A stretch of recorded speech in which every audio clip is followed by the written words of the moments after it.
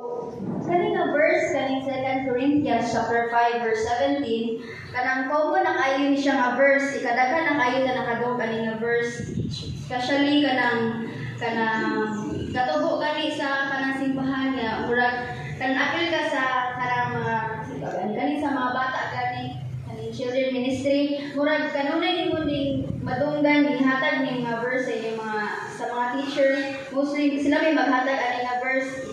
Sa bata pa ko kapila na nako ni sige balik-balik og memory verse kanang para sa ako murag common na kayo siya murag igo na lang akong memorize pero kanang ato na lang siya igo murag sige memorize pero wala na nato siya gi pagsabot og unsa jud siya nga verse kung imo siyang hunahunaon ug maayo sada kayo siya nga verse. If anyone is in Christ kanang there is a new creation. So, unsa man jud ang new creation? So, ang new creation mo na siya ang kabag-uhan sa atong kaugalingon. Ang pagbago gibag-o ta sa Ginoo ba? Kailangan mo na siya gitawag nga new creation at nasayod ko makita tanan nagikan ta sa hangitngit nagikan ta sa kanang sa hangitngit nga naglunan ta sa pagpakasala pero tungod sa gugma ug tabang sa Ginoo kita nakabaton sa kahayag kita tanan giusog sa Ginoo man kita karon gitawag na ta og new creation kita tanan new creation ata so pungutan ako, unsa man nga pamaagi nga kita mausab. Unsa nga pamaagi nga kita mausab. So, usa sa pamaagi nga kita mausab mao ang paghinulsol.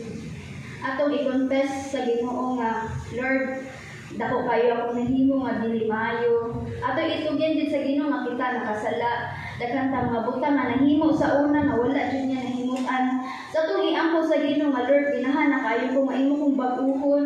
Ginahan ko nga mubiya na ko kung unsa ko karon nga wala jud mo nahimutan. Ginahan ko nga tagaan nimo kabaguhan ang akong kinabuhi, ang akong kasing-kasing. Nga kanang makita ka sa akong kinabuhi. Inana ba dayon?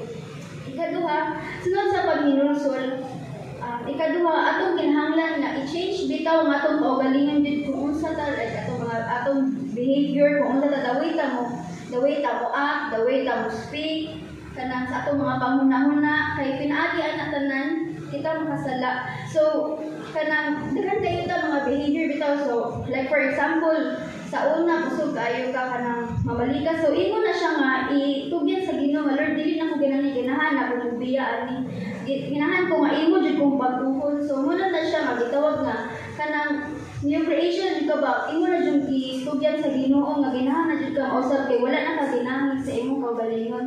So mo share lang ko gamay kagahapon kanang nag-Bible study dito sa kalinunan niya ang Bible studyhan nila ni Monsor kay naa akong classmate sa una so kita niya nako pag tawag ni Monsor nako niya naman siya na may request student pastor Marshall so nitingala siya student pastor na ini nga kuan man siya sa una bulakbol man siya sa una kay kana nakagitag di mo sulod og klase sa una so murag nakita niya ba nga nabi tay kabaguhan sa kaugalingon kanang murag lahi na ka sa una ba so dapat inanata kung unsa ta sa una nga kanang like for example buyagong ta natay mga binuhatan nga dili maayo so dapat lahi na ta ba kanang bitaw makita na ang kabaguhan sa imong kaugalingon so murag maoy kanang moy nakita nila bitaw nga kanang naa na ang kabaguhan so kada kayo ni nana biya kanang murag moana sila dito nga kausog na gyud ay siya lahi na gyud siya kung unsa sa una kanang imo kasing-kasing ba kay murag gaan kay sa paminaw nga nakita nila imong kabaguhan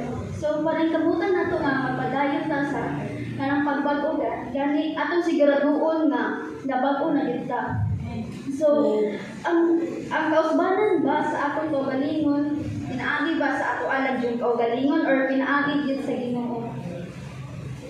So pinaagi gyud sa Ginoo. Ang Ginoo gyud may nagbato nato sa pagdawat nato sa Ginoo sa pag-confess nato sa atong kaugalingon nga Lord ikaw gyud akong giilang nga kanang ikaw gyud akong giilang nga Dios ikaw gyud binaglawas nako diha na time nga nausog na ang tanan itawag na ka nga new creation imo nagibiyaan tanan nimo mga binuhatan sa una so dapat kitang tanan ato yung paningkamutan nga mahimo ta nga new creation nga kung unsa ta sa una ato na tong kaligdan dili na nato to balikan o manikahot ta nga mahimo ta nga karon sa atubangan sa Ginoo, mahimo ka nga good example sa mga tawo nga nasa tong palibot. Amen. Amen. So, ikatulo, mao ang pagpamati sa pulong sa Ginoo. So unsa man na nga niingon ka sa imong kaugalingon anak, usog na ko dili na mahubo mamalikas, pero wala ka namati sa pulong sa Ginoo. Wala ka nagbasa sa pulong sa Ginoo. So murag wala ang gid nga po siya. So ang usa sa way nga kita makabaton sa usaban mao ang pagpamati sa pulong sa Ginoo ug mao ang pagbasa sa pulong sa Ginoo. Kay ang pagbasa sa pulong sa Ginoo naa diha makita ang tanang pagbadlong ug diha nimo makatunan nga kanang makabalo kasi imong kagalingon nga na kay mga sayop mga buhat. Then ang pulong usa na siya nga kanang pagbadlong gali sa Ginoo nato. Kung imo nang dawaton kinasingkasing nga kanang murag dili ka mo mangluod sa pulong sa Ginoo, imo na siya dawaton kinasingkasing di agad makita nga nabag-o gid ka.